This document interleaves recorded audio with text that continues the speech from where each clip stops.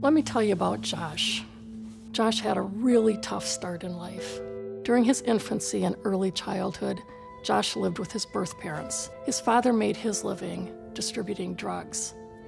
Of course, in addition to selling, he used meth on a regular basis. Meanwhile, Josh's mom was overwhelmed and unable to provide safety for Josh. At age 4, he was wandering his neighborhood and was attacked by a dog. This resulted in an emergency room visit, where his injuries were treated. When Josh turned 5, his parents separated and he lived with his mom. Unfortunately, her priority was to find herself a boyfriend, which kept her away from home during evening hours when he needed her most. A boyfriend was found, and Tim moved into the home.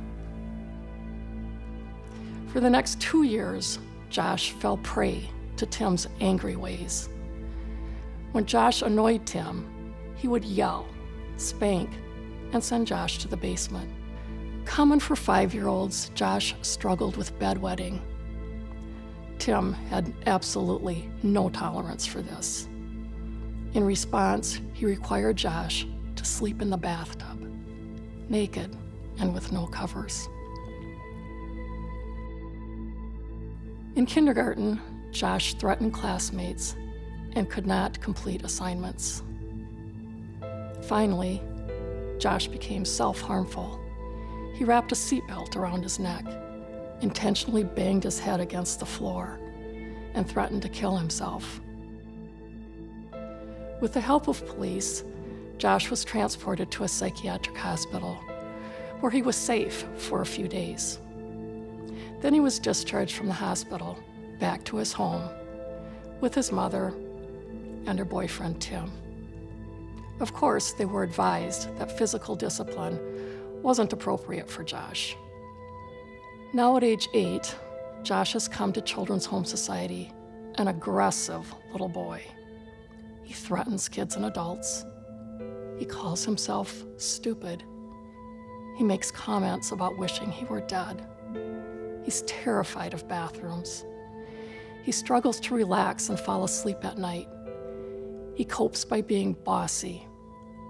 And Josh is angry, really angry, and with good reason. As I think about Josh, I wonder, what if we could have prevented his abuse and trauma?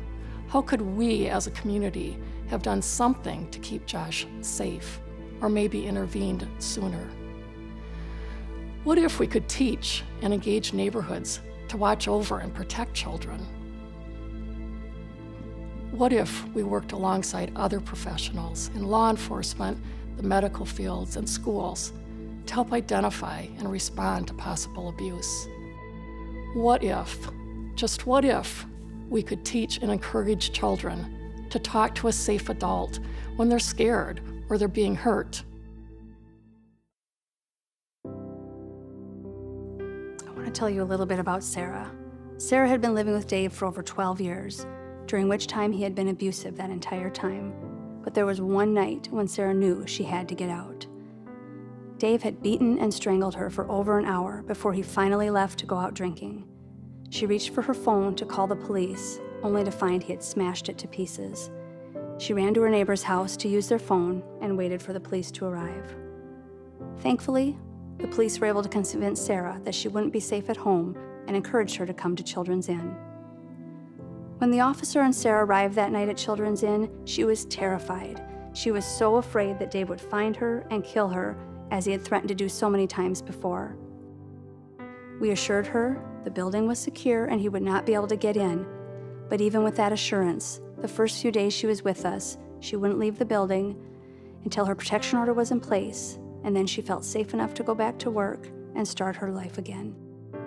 During her stay at Children's Inn, Sarah shared a lot more about what she endured during her years with Dave.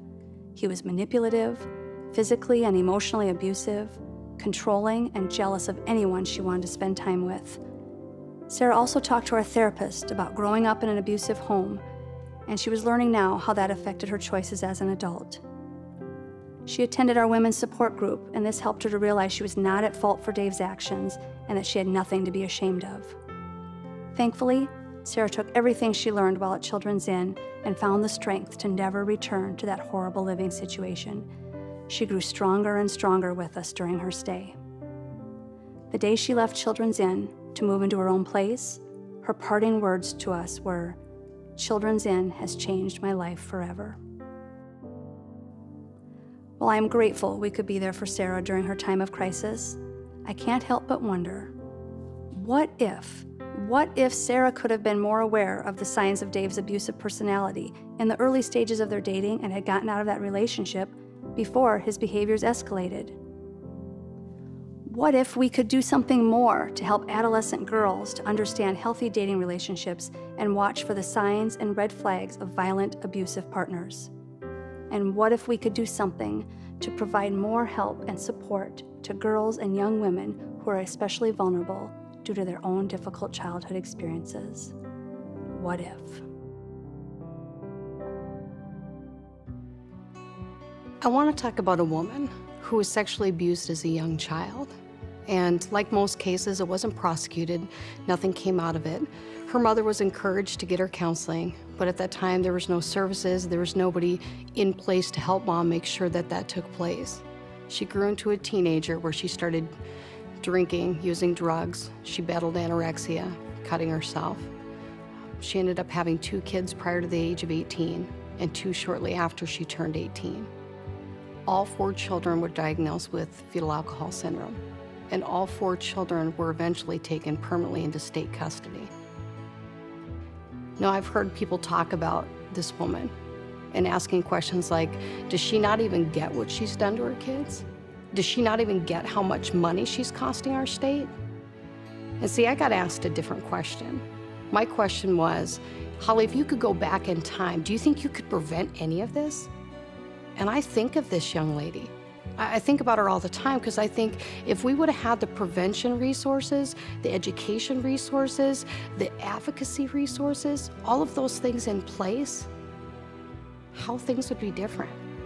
Maybe she would just be graduating college. Maybe she would just be getting married. Maybe she would just be having her first child. What if we would have done the very best thing for her at the right time? What if? You've just heard 3 very compelling stories. One of a child, a victim of abuse in the home, that came to us to tell the story, to help us discover what happened and what we might do about it. One about a woman that's a victim of domestic violence, a person that, through no fault of their own, was terribly injured, again, through domestic violence. And one about a child in residential treatment. These are all things that we've been doing for 121 years. But what if we didn't have to do it at all? What if we could educate people, educate communities to better understand the root cause of domestic violence, child abuse, and neglect to prevent it from happening in the first place? We can do it through our initiative. I know that we can do it, but we cannot do it without your help. We want Children's Home Society to become a resource for every person in South Dakota, so you can look to us for help. We want to empower you to fight child abuse and domestic violence. We want to help people learn how to keep kids safe in their own families, neighborhoods, and communities. We want to help school kids learn how to deal with bullies. We want to educate young people about dating violence and what it means to be in a healthy relationship. We want to help pastors, counselors, teachers, and social workers more effectively help the children and families that they serve. Really, the list is endless. Yet it's more than just what we will teach.